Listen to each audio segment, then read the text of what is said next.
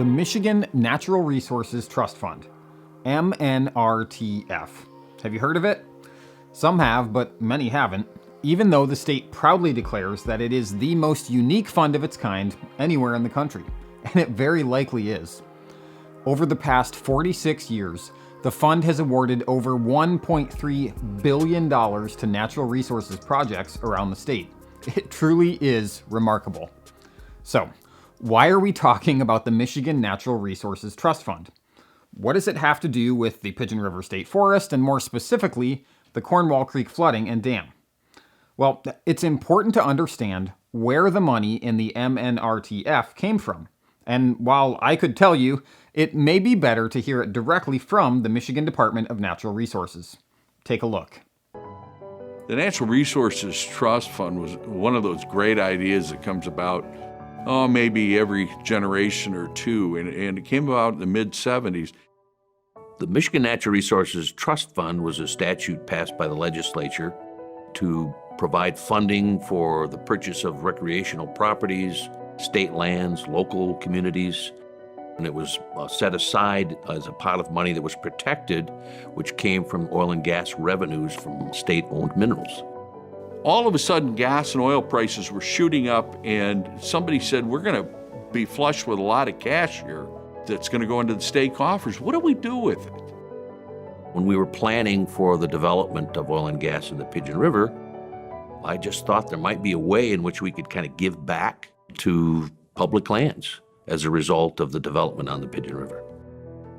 And that was an opportunity to try to reduce the impacts from the oil and gas development, which was very controversial at the time.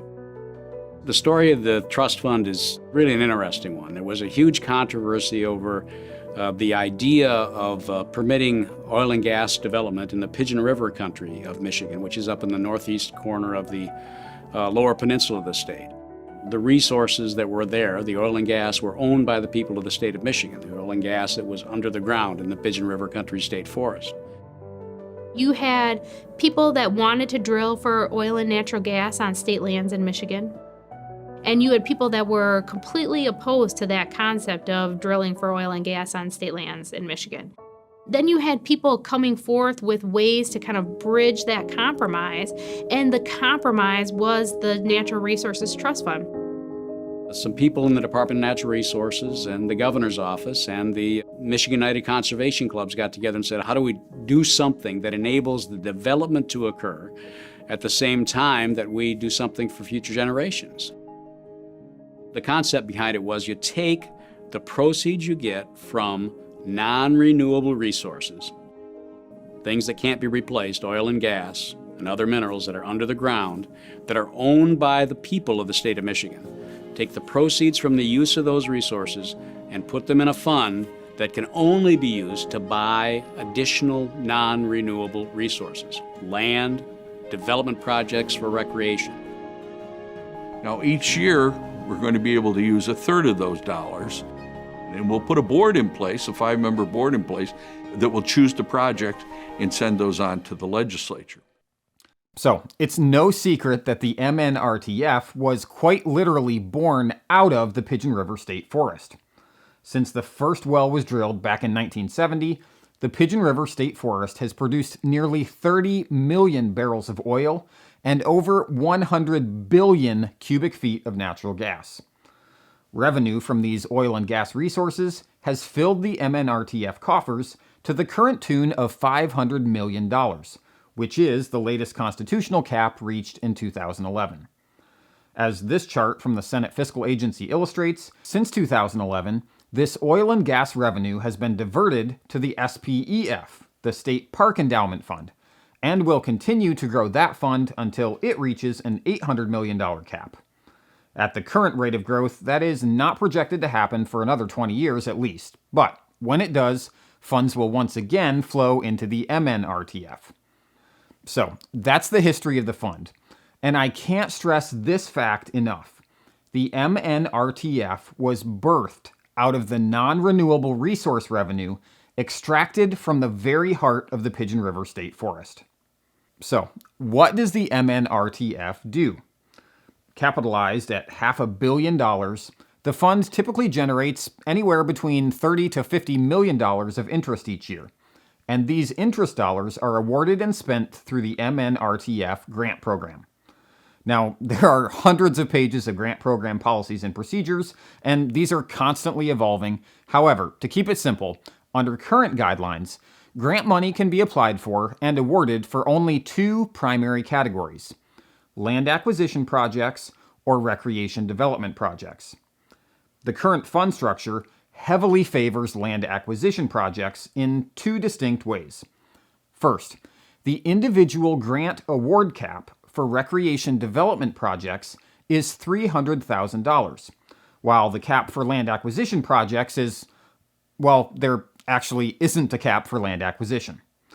While only $300,000 can be awarded for a single recreation development project, land acquisition awards are very often granted to the tune of millions of dollars for a single project.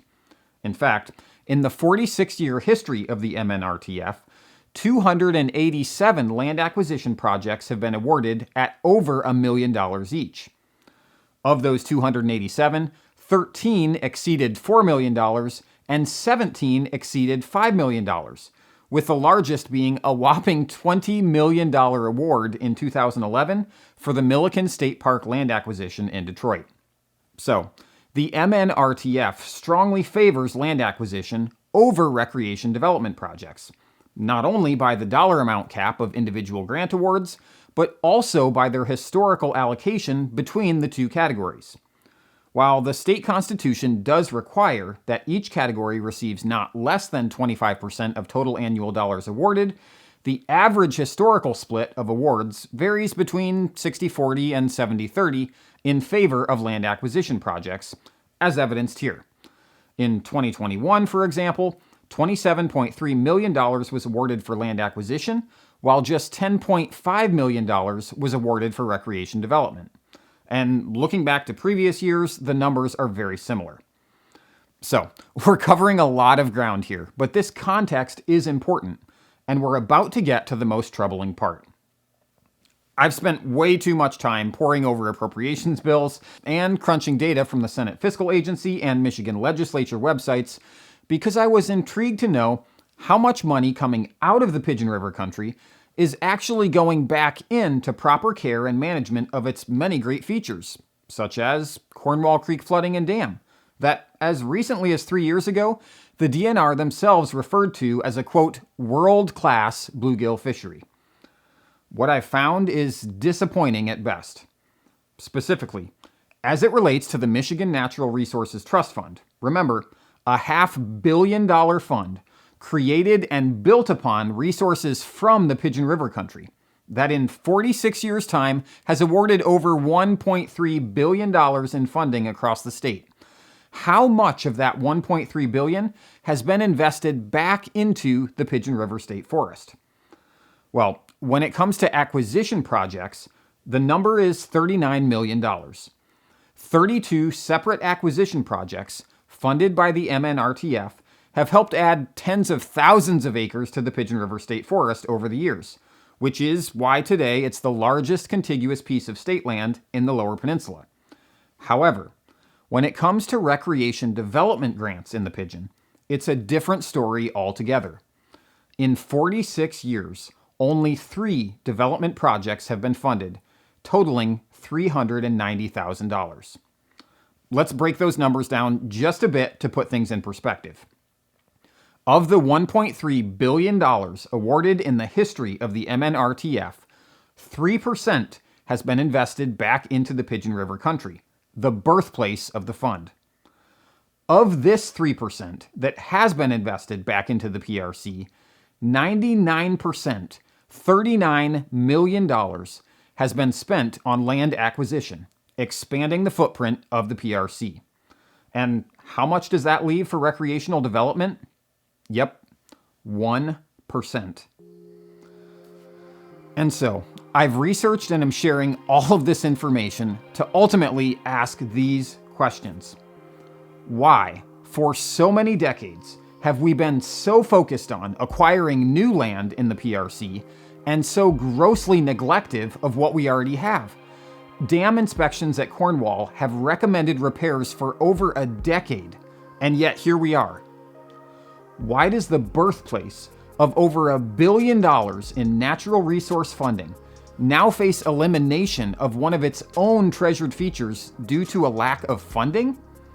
Elimination of a world-class bluegill fishery, a place that holds lifelong memories for thousands of Michiganders, a place of truly untouched beauty with prime habitat for eagles, loons, elk, bear, deer, grouse, beaver, and so many more diverse species, many of which you've likely encountered if you've ever visited Cornwall.